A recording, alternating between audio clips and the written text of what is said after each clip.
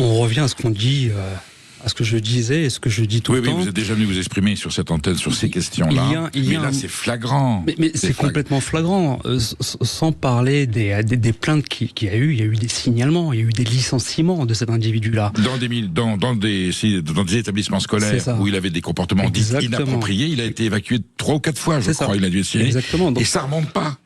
À Fleurance, on ne sait pas. L'établissement où sa fille est, le maire, les autorités ne sont pas prévenus que ce monsieur est un... Mais vous vous rendez compte, la petite gamine, elle serait chez elle, là, Liane. Donc, puis mis à part ces signalements-là, il y a eu des signalements depuis 2020. Cet individu court depuis 6 ans. Après, voilà, on revient à ce qu'on disait. On a une justice à bout de souffle, sans moyens, manque de magistrats, manque de procureurs, manque de... Enfin, ouais. Encore une fois, c'est un système... Zaïd, est-ce qu'on n'a pas aussi une lourdeur de procédure ou un protocole procédurier?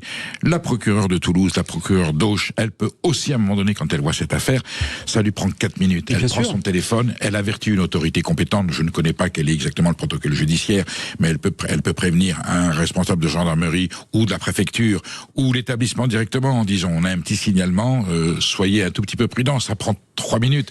Et on va nous expliquer, ah non, c'est pas la procédure, faut respecter les codes de procédure, pénaux, juridiques, administratifs, judiciaires. C'est aberrant, c'est la vie d'êtres humains qui est en cause. Voilà, aujourd'hui, à un moment donné, il y a des procédures, ok, il y a des codes, ok, mais je pars sur le principe que